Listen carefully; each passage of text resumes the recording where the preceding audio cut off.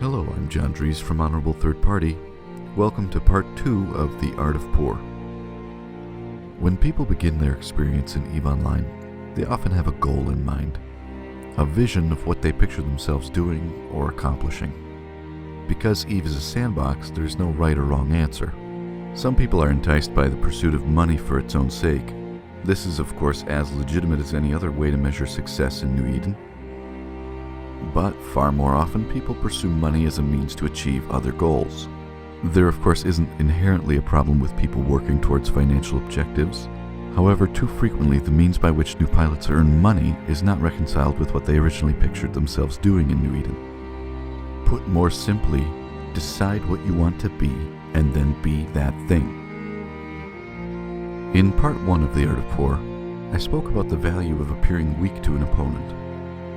It is fairly simple for an experienced pilot to determine exact counters to any given ship or fleet. But when they misevaluate the risk presented by their enemy by making incorrect assumptions about a situation, they can be taken advantage of. So, for example, this Vexor pilot was unaware that the Tech 1 hauler he's attacking could sustain a nearly 600 DPS passive regen shield tank. He believed that he was attacking a defenseless hauling ship that had been flagged suspect for taking items from belts without permission. This assumption cost him his ship, and with less than 100 total DPS from the hauler, he had some time to think about his mistake. Initially, I had intended for this Nereus to engage frigates, which is why it has a small energy node on it. That turned out to be an error, and I struggle with cap stability throughout this engagement. The ship I'm flying in this case cost less than 20 million ISK. Its tank is strong enough to withstand almost any frigate and many T1 cruisers. Clearly, the advantage of this ship is not derived from its DPS or ability to tank. The advantage comes from pilots misunderstanding what it can do and believing they have the upper hand. There's a lot of complaining that takes place about asymmetrical combat. The misguided notion that pilots should want to engage on a level playing field against one another.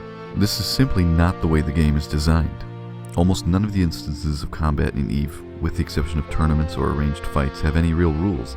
They have no maximum number of participants, and there's no limit to how completely unbalanced any given engagement might be. This is intentional, and it's my strong opinion that this fact should not be struggled against, but rather embraced. After I spent some time in the area suspect baiting with this ship, my corp mates and I decided to form a fake mining op in which I would haul ore and try to bait additional targets. An experienced pilot and local who had witnessed me previously engaging other pilots felt as though he had figured out the trap, and so attacked the hauler with his T2 fit PvP Brutix, which by all rights can destroy the Nereus. What he was unaware of was that in the same belt I allowed him to attack my hauler, I had a friendly pilot cloaked in a Basilisk. Although it ended up being a little close for comfort, once the Basilisk had me locked, I was fairly safe. So, what's my point? A couple of old recordings of kill mails obtained by suspect baiting in HiSec is the art of poor? No, my point is that determining what your advantage is prior to an engagement while also concealing that advantage from your opponent is the key to success. A pilot who is not attempting to gain the upper hand in this manner will lose when facing off against an opponent who is. Often they will lose not because of incorrect fittings or even a lack of skill. They will most often lose simply because their opponent, like everyone, prefers to win and therefore takes the steps necessary to do so. In order for a person to take the necessary steps to ensure that they win, they must understand the engagement that is about to take place.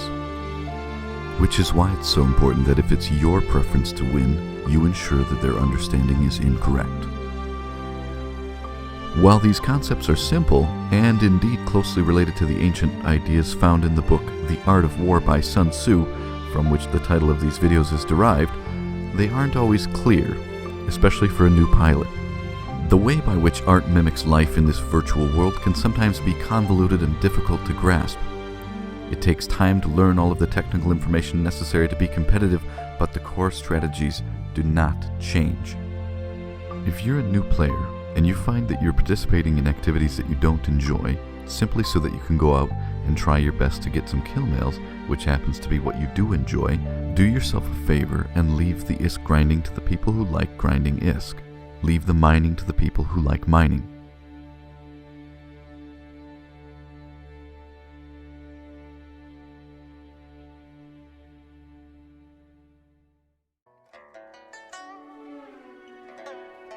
So how does a new pilot go about getting started as a pirate who operates without funding from other activities? After completion of the tutorial missions, a pilot has minimal funding, minimal knowledge, and practically an unlimited number of potential paths before them. One fairly profitable way for a new pirate to make money in their chosen profession is the use of a bubble camp. After setting up this type of trap while using a cloaked ship, the pirate has the ability to choose whether or not to engage. When they find a viable target, they can simply follow them into warp and meet the vulnerable ship, hopefully in the bubble anchored at the gate that it was attempting to warp to. This can be done with a variety of different ships, from T1 frigates to strategic cruisers. For new pirates, ships like Atrons or Thrashers can be good options. Once a pirate has earned even a small amount of ISK through their activities, combat interceptors with a utility high slot make it easier to extract expensive loot back to trade hubs. In this clip you can see that I'm flying a Tyrannus using the fit shown on the left. I use the tactical overlay to ensure the exit gate is directly between me and the entry gate. When I click on the exit gate with the tactical overlay on, it draws a line that should point towards the entry gate in the distance. After that, I simply anchor the bubble somewhere between 110 and 140 kilometers behind the gate.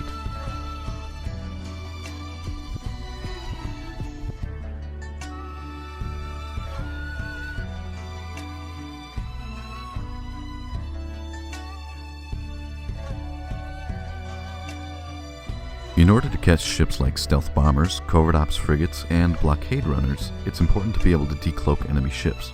This is done by placing cans along the edge of the bubble where the ships will land. A few well-placed cans is all that's needed in general. Once the trap is set, the pirate simply waits cloaked on the entry gate for an appropriate target to wander through. Once there's a target, and it enters warp towards the exit gate where the bubble is set up, the pirate follows them in warp. If the pirate's in a nullified ship like an interceptor, it's necessary to warp to a bookmark near the bubble. Otherwise, they can simply warp to the exit gate and intentionally get pulled by their own bubble, which will place them next to their target. You might have noticed that the interceptor fit includes hyperspatial velocity optimizers as rigs. This is so that it can land in the bubble prior to ships like covert ops frigates that have naturally high warp speeds. This fairly straightforward way of scoring easy kills will cause the locals to dislike you. If you intend to be a pirate, you better get used to it. You'll know you're doing it correctly when you receive your first hate mail.